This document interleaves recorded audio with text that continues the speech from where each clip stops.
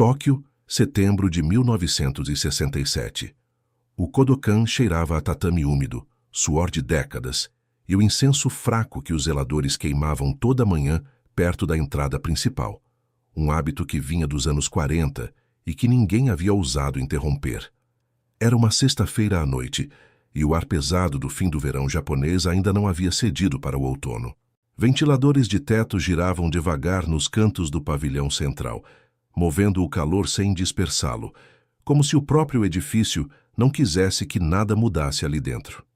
230 pessoas ocupavam as arquibancadas laterais do pavilhão principal. Não era uma arena de espetáculo, era um dojo sério, o mais sério do Japão, talvez do mundo.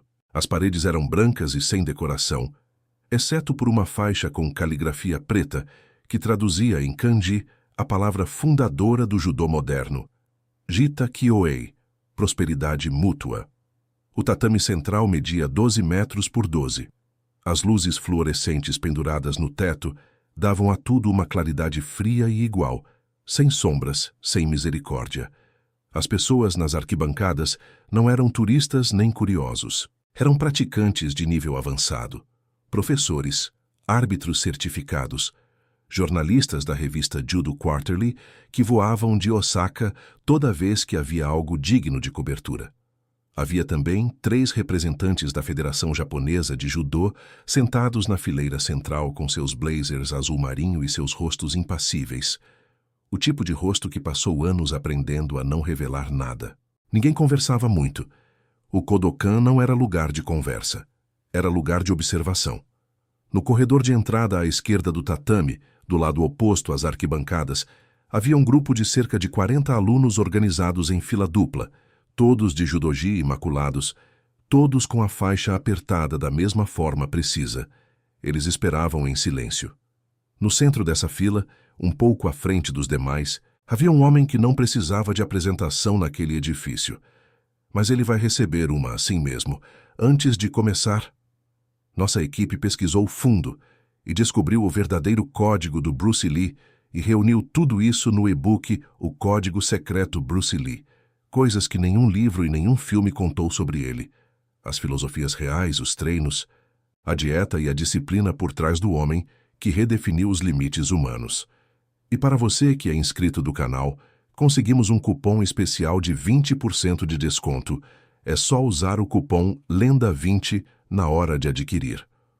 O link está na descrição do vídeo. Agora vamos lá. O nome dele era Hiroshi Nakamura.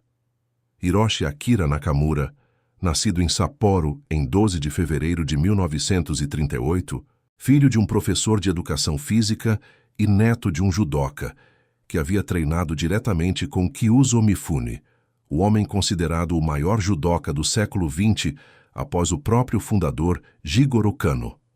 Essa linhagem não era uma curiosidade biográfica. No mundo do judô japonês, ela era uma credencial de sangue, tão pesada quanto qualquer título conquistado em competição. E Nakamura tinha conquistado muitos títulos, 1,92 m, 97 quilos, distribuídos ao longo de um corpo que parecia ter sido construído por alguém que havia estudado a física do arremesso e então moldado um ser humano ao redor dessa mecânica. Os ombros eram largos, os antebraços eram grossos da forma específica que só anos de kumikata produzem. A pegada de lapela do judô que treina os tendões, como nenhum aparelho de academia consegue. Ele havia começado a praticar judô aos 4 anos, não por iniciativa própria, mas porque seu pai simplesmente o levou para o tatame e disse que era a hora. Ele não protestou, nunca protestou. Aos 17, já era faixa preta de terceiro dan. Aos 21, ganhou seu primeiro campeonato nacional. Aos 23, representou o Japão em competições na Europa e voltou sem uma derrota. Aos 25, a revista Budo Nippon publicou uma matéria de capa com o título O Próximo Mifune. Nakamura recortou a revista e a colocou dentro de uma gaveta fechada à chave. Ele não gostava de comparações. Ele preferia fatos. Os fatos eram estes: 49 confrontos oficiais desde que chegou ao nível sênior. 49 vitórias. 23 por ippon limpo. A pontuação máxima do judô. equivalente ao nocaute no boxe, conquistada quando você projeta o oponente de costas no tatame com força, velocidade e controle total. 16 por Waza-ari, pontuação parcial que em combinação significava vitória. 10 por estrangulamento ou chave de braço, com o oponente batendo no tatame antes de 30 segundos de luta no solo. 0 derrotas, 0 empates. 49. 49 vezes alguém havia entrado no mesmo tatame que Hiroshi Nakamura e saído diferente. Mas o número não era o que intimidava. O que intimidava era a forma como ele parava. Quando Nakamura entrava em posição de kumi-kata, a pegada inicial de 2 pontos no judogi do adversário, havia um silêncio que se instalava nas arquibancadas. Não era o silêncio da expectativa, era o silêncio do reconhecimento. As pessoas que entendiam de judô, que haviam passado anos estudando ângulos e vetores e o uso de momentum, percebiam que algo havia mudado na geometria do espaço quando Nakamura segurava alguém. Era como se a física do ambiente houvesse sido levemente reajustada, como se a gravidade tivesse escolhido um lado. Ele tinha um kataguruma que os árbitros da federação usavam como exemplo em treinamentos. O kataguruma, o arremesso em roda de ombro, era uma técnica que exigia alinhar perfeitamente o centro de gravidade de 2 corpos em movimento, dobrar o joelho no ângulo exato de 132 graus, distribuir o peso do adversário ao longo do eixo vertebral e então liberar tudo em menos de 0,4 segundos. Nakamura fazia isso de olhos fechados, não figurativamente, literalmente. Em demonstrações para alunos avançados, ele havia repetido o arremesso perfeito com os olhos vendados 6 vezes consecutivas. Ele havia passado os últimos 11 meses ensinando no Kodokan como instrutor convidado de nível sênior, enquanto preparava sua candidatura para o comitê técnico da federação. Era respeitado de uma forma que ia além da admiração. Era o tipo de respeito que tem um peso físico, que faz as pessoas se moverem de forma diferente quando ele entra no recinto. Os alunos do dojo chegavam mais cedo quando sabiam que ele daria aula. Chegavam mais cedo e ficavam mais quietos. Nakamura tinha apenas um problema. Ele sabia de tudo isso. E havia chegado ao ponto da carreira em que o reconhecimento da própria grandeza havia começado a calcificar algo dentro dele. Não era arrogância, exatamente. Ele era educado demais para a arrogância explícita. Era uma espécie de certeza silenciosa e absoluta de que havia uma hierarquia no mundo das artes marciais, que o judô estava no topo dessa hierarquia e que qualquer coisa que desafiasse essa ordem era, no máximo, uma curiosidade temporária antes de ser corretamente posicionada. Havia ouvido falar de Bruce Lee. Tinham-lhe contado sobre um chinês que ensinava algo chamado Jeet Kune Do em Los Angeles, que havia feito uma demonstração no Long Beach International Karate Championship em 1964, que algumas pessoas descreveram como extraordinária. Tinham-lhe mostrado fotos, uma foto em especial. Bruce Lee no tatame, braço estendido, num exercício de Wing Chun, olhando para a câmera com aquela expressão que não era sorriso, mas também não era seriedade. Era outra coisa, um estado de alerta tranquilo que não se encaixava em nenhuma categoria convencional. Nakamura olhou a foto por 3 segundos e devolveu. Kung Fu é dança, ele disse, e foi para a aula. Bruce Lee chegou ao Kodokan naquela noite de sexta-feira, às 19h42, acompanhado de 2 homens. Dan Inosanto, seu assistente e aluno avançado, e um produtor americano chamado Charlie Wu, que estava em Tóquio, negociando direitos de distribuição para uma série de televisão que Bruce estava desenvolvendo. Wu havia arranjado a visita como cortesia profissional. Bruce queria ver o Kodokan por dentro, e Wu tinha contatos na federação. Bruce entrou pela porta lateral, sem anunciar, sem o tipo de presença que você esperaria de alguém que tinha sido eleito o lutador mais rápido do mundo em 1966 por uma publicação americana de artes marciais. Ele vestia calça preta simples, camisa de botão azul marinha com as mangas dobradas até o cotovelo e tênis Onitsuka Tiger brancos que já tinham algum uso. Não carregava nada além de um bloco de anotações pequeno no bolso traseiro. 140 libras, 63 quilos, 1,72 m de altura. Quando ele entrou na lateral do pavilhão central, algumas pessoas nas arquibancadas olharam na direção da porta, como fazem quando qualquer pessoa entra num espaço fechado, e então desviaram o olhar de volta para o tatame. Não havia nada nessa entrada que justificasse a atenção. Um homem jovem, asiático, de físico médio, de roupas comuns, caminhando devagar ao longo da parede com as mãos cruzadas na frente, como alguém que está visitando um museu. Um aluno de Dan Inosanto, talvez. Um parente do produtor americano. Charlie Wu cruzou o espaço e cumprimentou o coordenador do evento, que o levou até a fileira da frente. Inosanto ficou de pé perto da entrada, observando o tatame com os olhos de quem entende do que está vendo. Bruce ficou parado por um momento, olhando para o espaço inteiro. As luzes, o tatame, as pessoas nas arquibancadas, os alunos em fila e então Nakamura no centro de tudo isso, de costas para ele, falando com 2 alunos avançados. Um dos jornalistas de Osaka, sentado na terceira fileira, cutucou o colega ao lado e perguntou em voz baixa quem era aquele que havia entrado com um americano. O colega encolheu os ombros. Ninguém sabia. Nas arquibancadas, 3 alunos do grupo de Nakamura, que haviam ficado de fora do tatame para observar a aula, olharam para Bruce, e então para Nakamura, e então trocaram um olhar entre si, que continha uma pergunta não formulada e a resposta implícita para ela. Tinha gente no Kodokan naquela noite que depois diria que sentiu alguma coisa naquele momento. Uma qualidade do silêncio mudando levemente. Como quando a pressão atmosférica cai antes de uma tempestade e o corpo percebe antes que a mente processe. Mas ninguém disse nada. Naquela hora, a sessão formal de demonstração havia terminado 20 minutos antes da chegada de Bruce. O que restava era o período de randori livre, prática informal entre os alunos avançados, sem árbitro, sem pontuação, só movimento e aprendizado. Nakamura havia terminado sua última demonstração técnica e estava em conversa com os representantes da federação quando Charlie Wu se aproximou com o coordenador e fez as apresentações. Wu apresentou Bruce como um praticante de artes marciais chinesas de Los Angeles, muito admirado pelo trabalho em demonstração.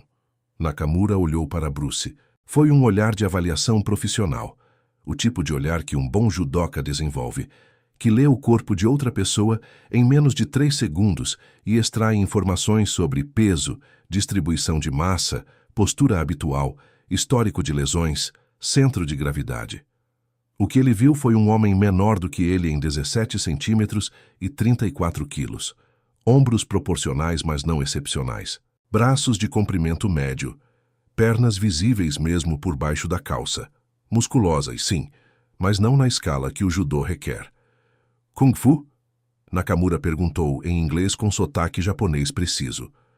Algo assim, Bruce respondeu.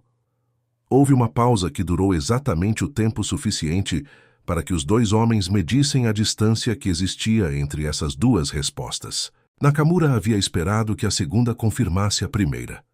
A segunda não havia feito isso. Era uma resposta que não se encaixava no espaço que havia sido aberto para ela, e Nakamura notou isso da mesma forma que um músico de ouvido absoluto nota uma nota levemente fora de tom. Você pratica arremessos? Nakamura perguntou. Não formalmente. Projeções, chaves, quando necessário. Nakamura olhou para ele por mais um segundo. Então fez algo que, segundo os 3 jornalistas presentes, não era o tipo de coisa que Hiroshi Nakamura fazia normalmente. Ele sorriu. Não era um sorriso de simpatia. Era o sorriso de um engenheiro, olhando para uma ponte construída com materiais que ele considera inadequados. Posso te ensinar algo de judô, ele disse. Se quiser. Não era uma pergunta. Bruce inclinou levemente a cabeça. Por favor, ele disse. O que aconteceu nos 20 minutos seguintes foi descrito por testemunhas de formas ligeiramente diferentes, dependendo de quem estava onde nas arquibancadas, quanto entendia de artes marciais e quanto atenção havia prestado desde o início. Mas os pontos centrais coincidem com precisão suficiente para que o quadro geral seja reconstruído com confiança. Nakamura levou Bruce até o tatame central. Os alunos em fila Recuaram 2 passos automaticamente, abrindo espaço. Pessoas nas arquibancadas se inclinaram levemente para a frente. Os representantes da federação ficaram no lugar, mas ajustaram a postura. Inosanto, perto da parede, cruzou os braços e não disse nada. Nakamura explicou brevemente o conceito de kumikata, a pegada dupla no judogi como ponto de controle e início de todas as técnicas. Ele gesticulou com as mãos, mostrou os pontos de contato, descreveu o fluxo de força. Bruce ouviu sem interromper. Então Nakamura disse: "Tente escapar da minha pegada." Não era um convite à prática livre. Era uma demonstração pedagógica. A ideia era simples.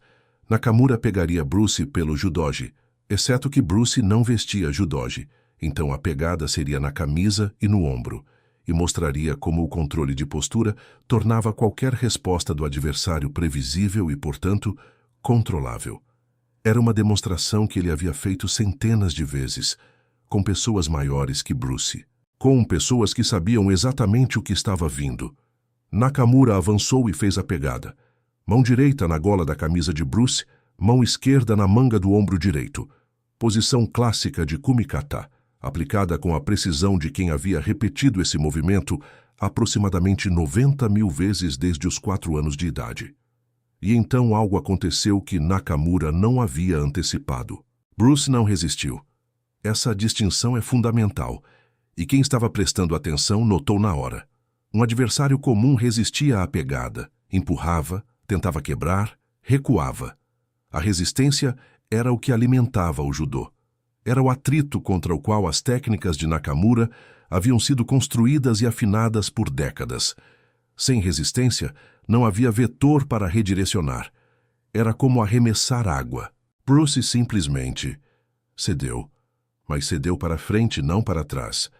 Um passo microscópico no sentido da pegada, reduzindo a tensão nos punhos de Nakamura em exatamente o suficiente para que o controle postural que o judô requer, aquele equilíbrio preciso de puxar sem puxar demais, ficasse momentaneamente suspenso. Não era uma técnica visível. Era uma ausência de resposta onde uma resposta era esperada. Nakamura ajustou. Aplicou mais pressão na gola. Bruce rodou os ombros para dentro, diminuindo o ponto de ancoragem da mão esquerda de Nakamura sem remover o contato, apenas tornando a pega escorregadia, como tentar segurar algo que continua com a forma, mas perde a substância. Nas arquibancadas, um dos alunos avançados de Nakamura se inclinou para o colega ao lado e disse algo em japonês. O colega não respondeu. Estava olhando.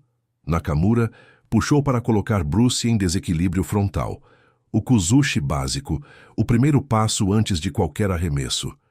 Era um movimento que gerava desequilíbrio em 100% dos adversários que ele havia enfrentado. A física não deixava alternativa.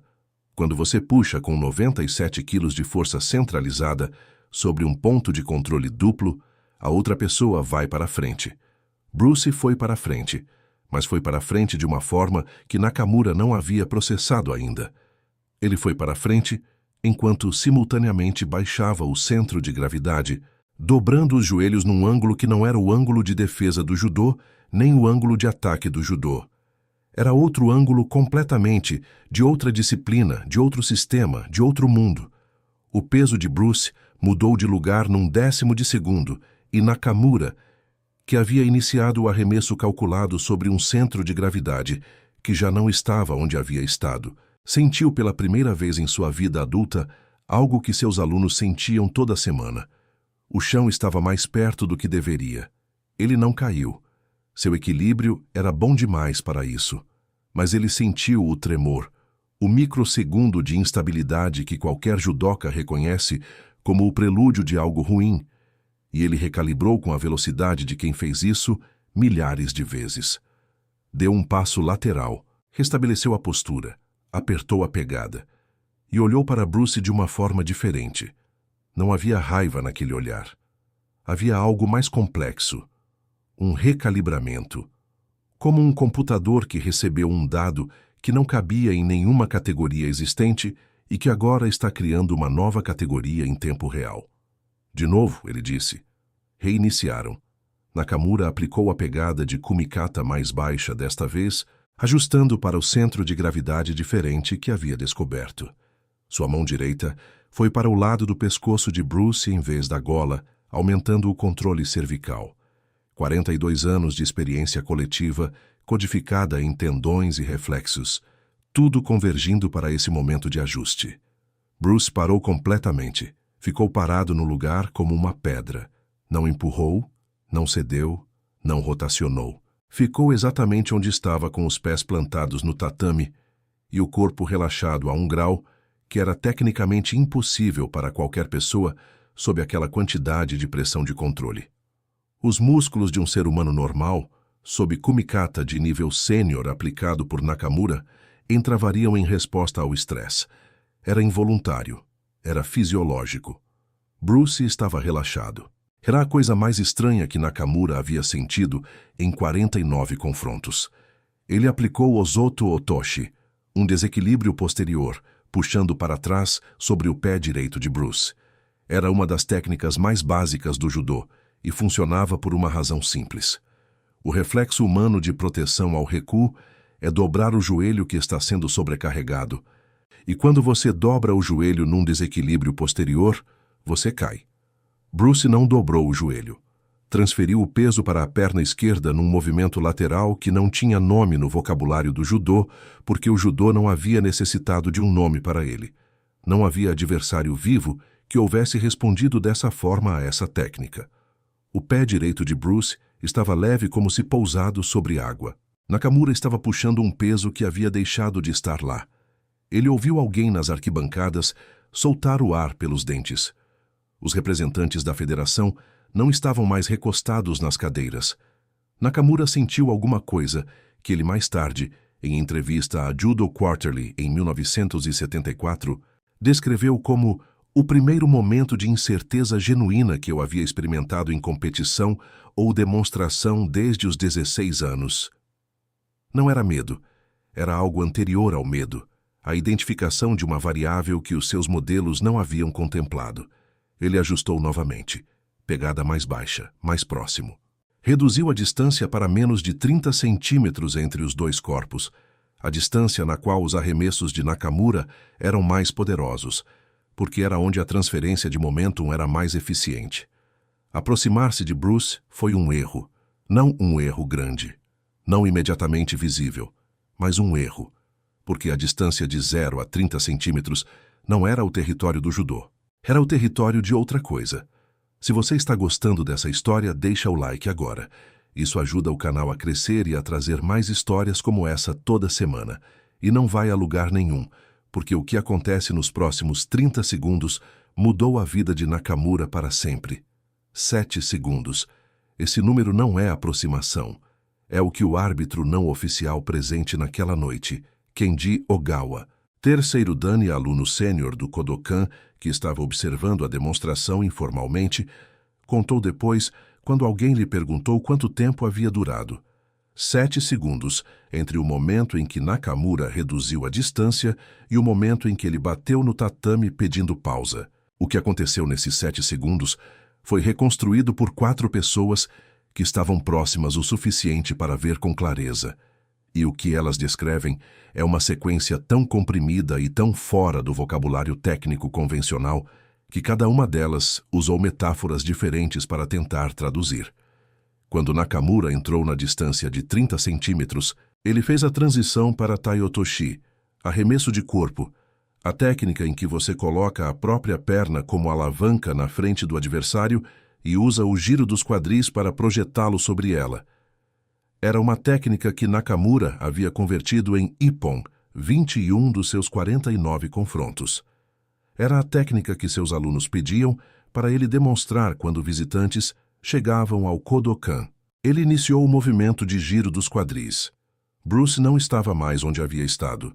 Não era telepatia, era antecipação baseada em leitura de intenção, a habilidade central do Jeet Kune Do, o princípio que Bruce chamava de interceptação, a capacidade de ler o início de um movimento antes que o movimento exista plenamente.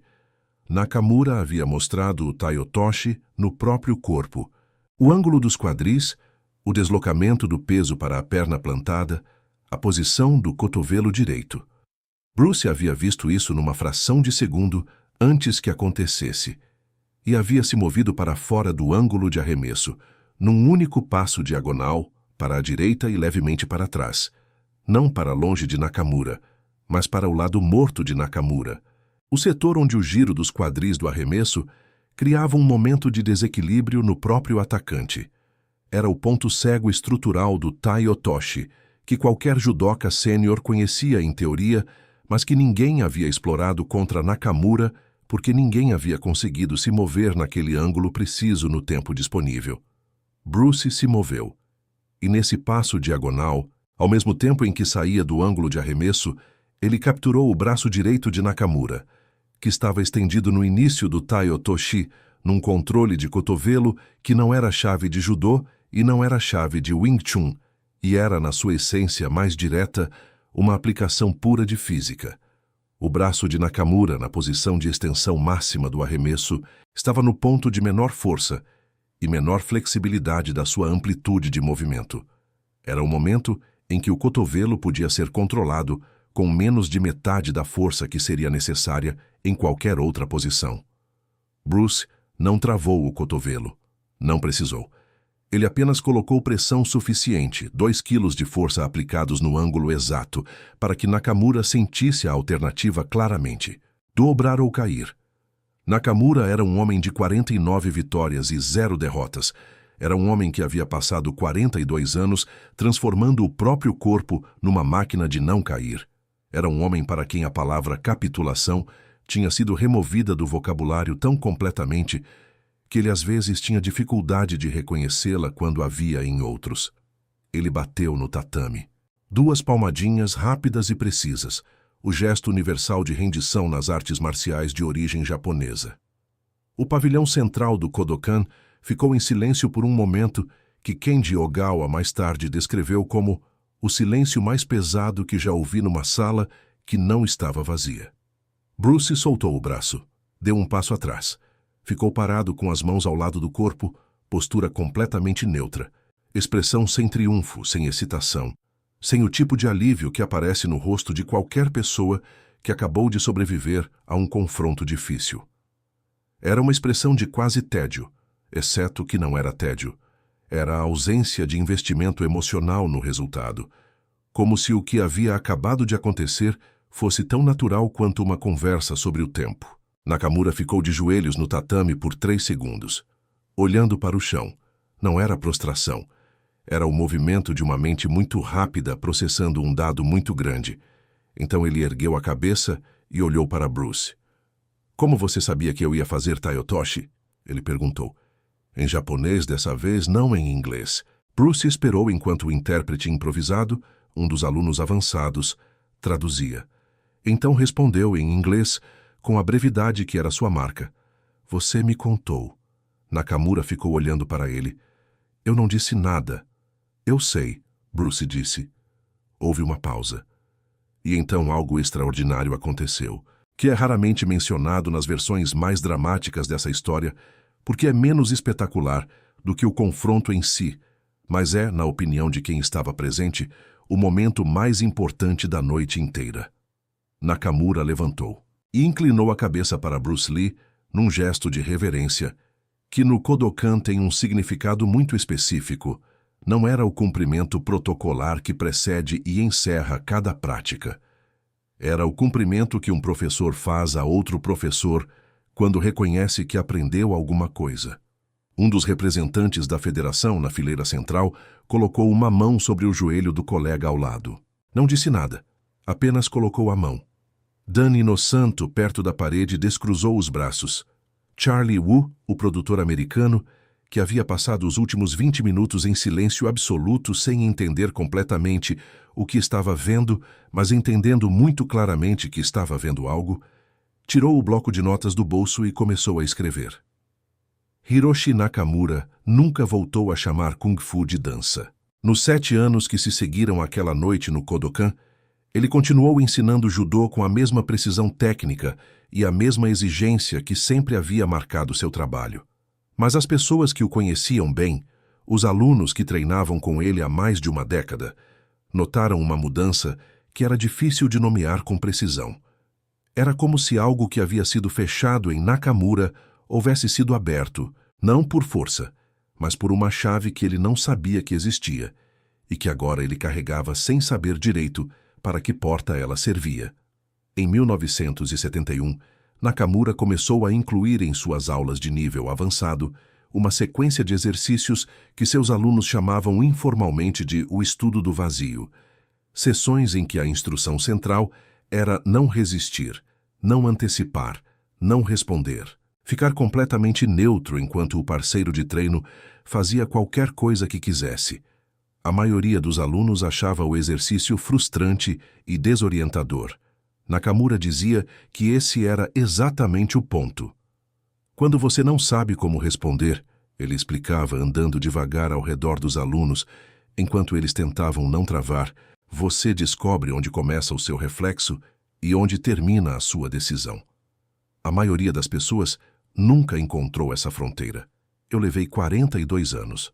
Em 1974, numa entrevista para a Judo Quarterly sobre sua filosofia de ensino, ele foi perguntado sobre o que ele considerava a lição mais importante que havia aprendido como praticante. A jornalista esperava algo técnico, uma observação sobre Kuzushi, sobre o uso do quadril, sobre a biomecânica do arremesso. O que Nakamura disse foi isto. Em setembro de 1967, um homem de 63 quilos me ensinou algo que meu avô havia tentado me ensinar quando eu tinha 8 anos, e que eu não havia entendido até aquele momento. Que o menor obstáculo para o seu oponente não é a força, é a ausência de algo para empurrar. Se você se torna água, a força do adversário não tem onde pousar. A jornalista perguntou o nome do homem. Nakamura disse o nome. Ela reconheceu o nome. Naquele ponto, em 1974, Bruce Lee havia morrido há 1 ano. Julho de 1973, Hong Kong. E o mundo havia parado por um momento para processar a perda de algo que não havia tido vocabulário adequado enquanto existia. Você sabia que ele era famoso? A jornalista perguntou. Não naquela noite, Nakamura disse. Naquela noite, ele era apenas um homem de 63 quilos que havia transformado a minha pegada em nada. Uma pausa. Isso me pareceu suficiente. O que Bruce havia tentado articular sobre aquilo que fazia, e que ele articulou em diferentes formas, em diferentes momentos da sua vida, em entrevistas, em anotações nos seus cadernos de filosofia, em conversas com alunos que depois descreveram essas conversas ao longo de décadas, era algo que resistia à simplificação sem perder o essencial. Em seus cadernos pessoais, encontrados após a sua morte e publicados parcialmente em 1975, há uma entrada sem data que diz: não há técnica sem princípio, não há princípio sem compreensão, e compreensão não é o acúmulo de informação, é a capacidade de responder ao que está acontecendo, não ao que você esperava que acontecesse. Isso era o que havia acontecido no Kodokan em setembro de 1967. Nakamura havia chegado naquela noite com 49 vitórias e um conjunto de expectativas absolutamente sólidas sobre o que cada tipo de adversário fazia e como cada tipo de resposta funcionava. Ele havia construído, ao longo de 42 anos, um mapa mental completo e detalhado do território das artes marciais. Era um mapa extraordinário. Era provavelmente o mapa mais preciso e detalhado que alguém havia já feito daquele território específico. O problema, e é o problema de todo mapa, é que o mapa não é o território.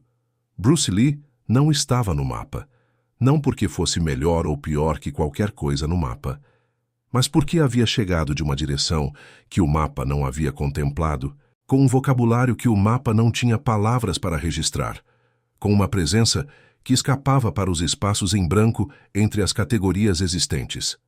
E quando Nakamura aplicou os instrumentos do seu mapa àquela presença, a pegada de Kumikata, o Kuzushi, o Tai Otoshi, ele descobriu que estava aplicando o mapa a algo que não era o território que havia mapeado. Isso não é uma metáfora agradável. É uma descrição técnica do que aconteceu. E é a razão pela qual 7 segundos foram suficientes. Não porque Bruce Lee era mais forte. Ele não era. Nakamura tinha 16 quilos de músculo treinado a mais e décadas de condicionamento específico. Não porque Bruce era mais rápido, embora fosse. Não porque o Jeet Kune Do era superior ao judô, porque essa comparação é incoerente. É como perguntar se um martelo é superior a uma chave de fenda. Foi porque Bruce havia passado os primeiros 18 anos da sua vida adulta aprendendo a não ter forma, aprendendo a ser o que o momento exigia, sem apego ao que o momento anterior havia sido. O Wing Chun havia ensinado a economia de movimento, o boxe havia ensinado o timing, o esgrima havia ensinado o footwork. A filosofia havia ensinado que a categoria que você usa para ver o mundo é também a parede que você não vê porque está construída com o mesmo material do seu próprio olho. Nakamura havia chegado ao Kodokan naquela noite procurando um adversário de Kung Fu.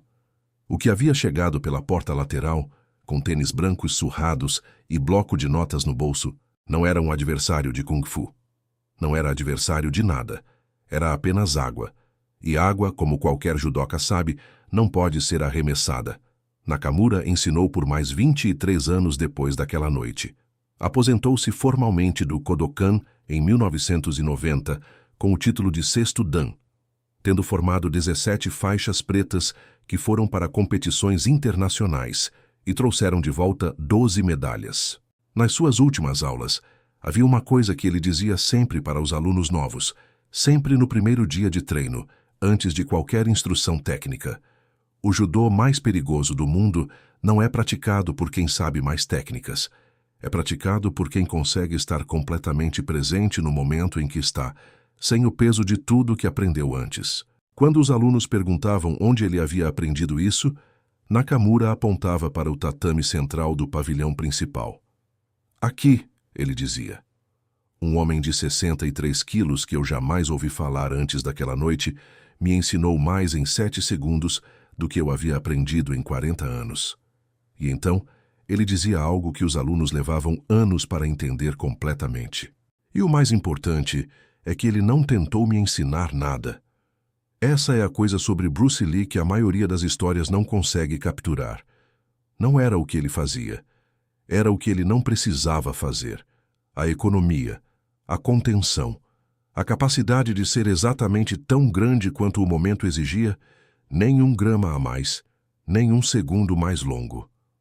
Enquanto o mundo construía monumentos à força, ele havia passado a vida inteira aprendendo a leveza. Num dos seus cadernos, há uma frase escrita à mão que não tem data nem contexto. Ela diz simplesmente: aprenda tudo, esqueça tudo, faça algo. Nakamura nunca leu essa frase. Mas em setembro de 1967, num pavilhão branco no coração de Tóquio, com 2 quilos de pressão aplicados no ângulo exato do cotovelo, ele havia aprendido o que ela significa. Às vezes a maior vitória é aquela que o seu oponente nunca percebe que estava perdendo, até o momento em que bate no chão. Se essa história te fez parar e pensar, deixa seu like, comenta, eu sou um vencedor, para eu saber que você assistiu até aqui. E se inscreve no canal, porque todos os dias tem uma nova história de Bruce Lee que a maioria das pessoas nunca ouviu. A próxima é ainda mais surpreendente do que essa. E se esse vídeo te abriu a cabeça, imagina o que você vai encontrar no e-book O Código Secreto Bruce Lee. Lá reunimos coisas que nenhum livro e nenhum filme jamais contou sobre ele. A filosofia real, os treinos, a dieta e a disciplina que fizeram dele quem ele foi. E para você que é inscrito do canal, temos um cupom especial de 20% de desconto. Usa o cupom LENDA20 na hora de adquirir. O link já está na descrição. Até o próximo vídeo.